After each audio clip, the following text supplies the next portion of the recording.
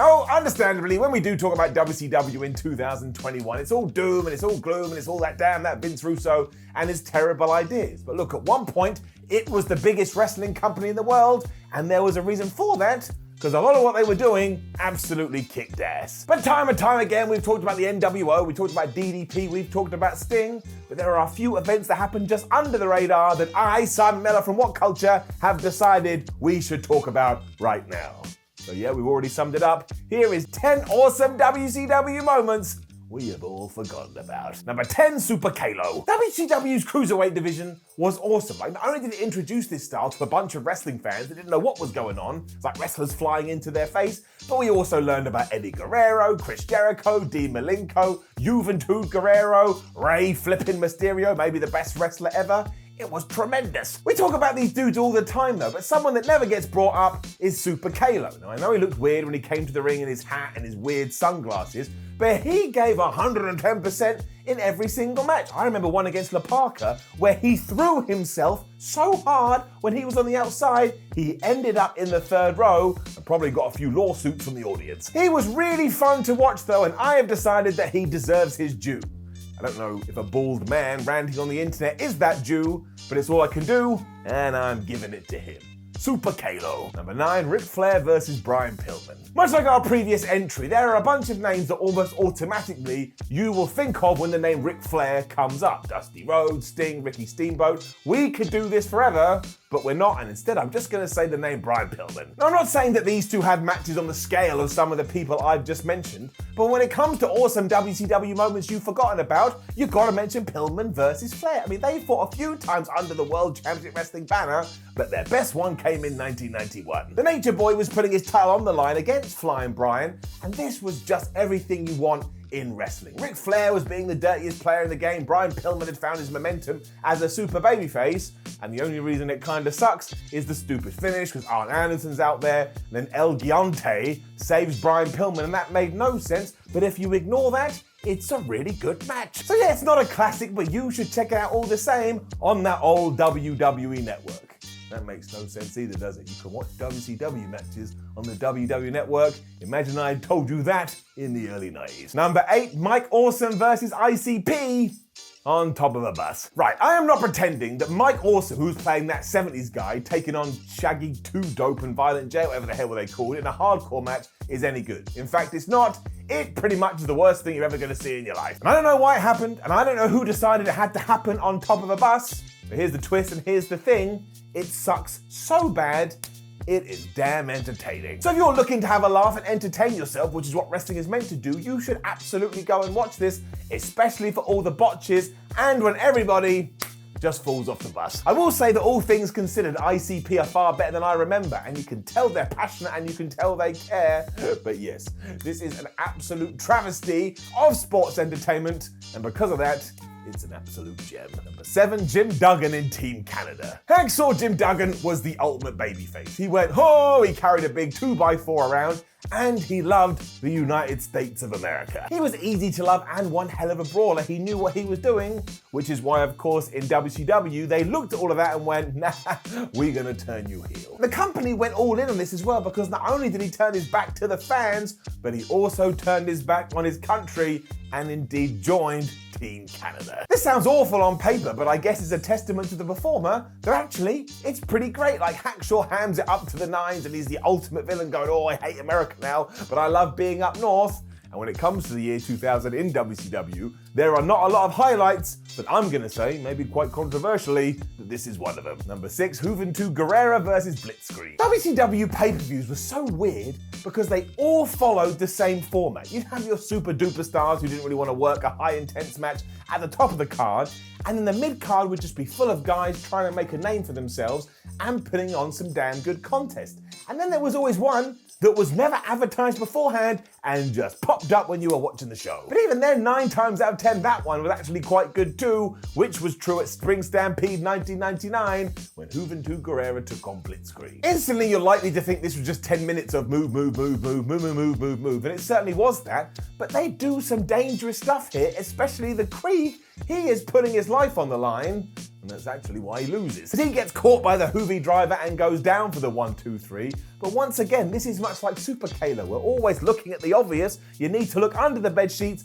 and you need to give this a lot more love. It is a damn good fight. Number 5, Ultimo 10 belts. Ultimo Dragon didn't have the best WCW run. In fact, he was in and out of there within 2 years, but my word did he make the most of his time. Because within these 23 months, he not only won the Cruiserweight Championship twice, but he also won the TV Championship twice. And realizing that he was accruing a lot of belts, one day he grabbed a photographer and took this picture. Or in short, what he did is he went and got every single belt that he had won, and he was going to show them off. And I'm going to have to read them because I'd never be able to memorize them. But he was stood there wearing the British Commonwealth Junior Heavyweight title, the IWGP Juniorweight title, the UWA World Junior title, the War International Junior title, the WWA World Junior Light title, the WWF Light Heavyweight title, the NWA World Junior title, the NWA World Welterweight title, and the NWA World Middleweight title.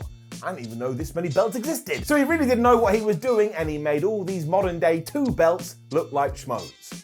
That's drastically unfair, but you take my point. Number 4, do not doubt El Dandy. Bret Hart's WCW run did not do the Hall of Famer and the legend justice at all. Even Bret knew this himself, and while he was able to go out there and have some excellent matches, the company had no idea what to do with him, which was kind of ironic, because when he left, Vince McMahon said, they won't have any idea what to do with you. Given that they weren't even trying though, Hart decided he was just gonna have some fun, which was especially true when we talk about the El Dandy promo. And despite being one of the best good guys on earth in 1997, within 12 months WCW had already turned him heel, and what does that sound like? And here, they had also said not only do you have to defend your US Championship at Super Brawl, but you also got to do it tonight on Nitro against Booker T. For some reason though, at this point, Bret decided he was going to use all his promo time to put over the cruiserweight El Dandy. Like he said, he was a great wrestler, he can fly around the ring, he's someone we should all keep an eye on.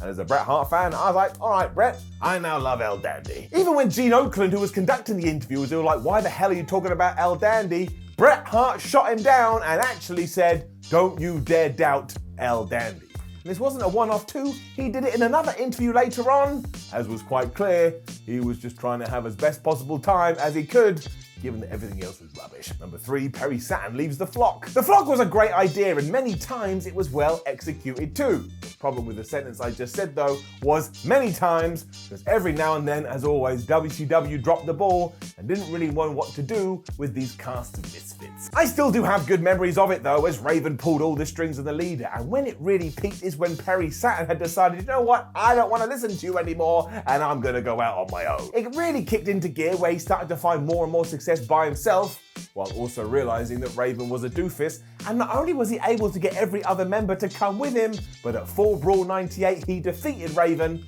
and the fans loved it. He did this with the help of Billy Kidman as well, which was like an extra kick right in the teeth. And then of course, within 1 year, WCW had put them back together. You tell me. Number 2, Diamond Dallas Parker. Before we get into this, who in the blue hell booked La Parka versus the Macho Man Randy Savage? Now once we saw the twist, it all made sense, but way back when you were watching on Nitro, it blew your damn mind. Savage whooped his ass too, as you would expect, until we got to the finish. Because like we had seen many times before, Savage climbed up to the top rope ready to do his big elbow drop, but when he went to do that, La Parka found a second wing from somewhere and he got his knees up. This was followed by the Diamond Cutter and the 1-2-3, to which La Parka then ripped his mask off, and oh my gosh, it was Diamond Dallas Page, who just so happened to be feuding with the Macho Man. Once again, the fans lost it. This had everything too. The shock value, the crowd loved it, DDP was properly over, and it took an already good program and it sent it through the roof. It's also a great reminder that when WCW did know what they were doing, they really knew what they were doing. It's just unfortunate that other times they completely forgot. Number 1, Shinjiro Otani versus Eddie Guerrero. Starrcade 1995 is a pay-per-view you need to watch simply for how it was set up. WCW versus New Japan Pro Wrestling. You just get a ton of matches that you never thought you'd see in a million years, including the Macho Man Randy Savage versus Hiroyoshi Tenzan. I mean, it was wild. It also, as you already know, features Eddie Guerrero versus OTANI, and it is so good, it will make all your dreams come true. OTANI is on his pilgrimage from New Japan at this point as a young lion, but you can already see his skills, and we're all aware that Eddie is one of the best to ever do it. The sheer wrestling clinic these two put on is magic as well, and it gets to the stage that it's one of those matches, it doesn't matter who actually wins, who actually loses, they're both gonna come away as great as stars, because no one could believe how anyone was so smooth in a flipping wrestling ring. It's 13 minutes of action that wouldn't even look out of place today, and while it was the New Japan guy that had his arm raised, that is not what we need to focus on today. Once again, go back to your WCW network and prepared to be wowed. Now, do you know any other awesome WCW moments that we all forget about? Make sure you put it in the comments below and then like the video, share the video, and subscribe. Head over to WhatCulture.com, read yourself some articles, follow What Culture on Twitter, What Culture WWE, and watch more videos here on What Culture Wrestling. My name is Simon for What Culture. Thank you for joining me as always. I'll see you on the other side.